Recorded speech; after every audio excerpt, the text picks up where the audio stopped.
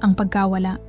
Dahil sa distansya, katahimikan, o kamatayan, ay nagiiwan ng pilat na hindi napapawi ng panahon. Ngunit bulong nila, ang pag-ibig ay hindi nagwawakas, nagbabago ng anyo. Ang tunay mong minahal ay nabubuhay sa mga kilos na natutunan mo, sa mga salitang iniwan, sa tapang na iniukit sa'yo. Huwag hanaping isara ang sugat sa pamamagitan ng paglimot. Isara ito sa pamamagitan ng pasasalamat. Ang pagluha para sa nawala ay paraan ng paggalang sa minsang dumating. May mga pag-ibig na dumarating upang baguhin, hindi upang tumagal. May mga taong nanatili lamang sa isang kabanata, ngunit nag-iwan ng aral para sa buong aklat.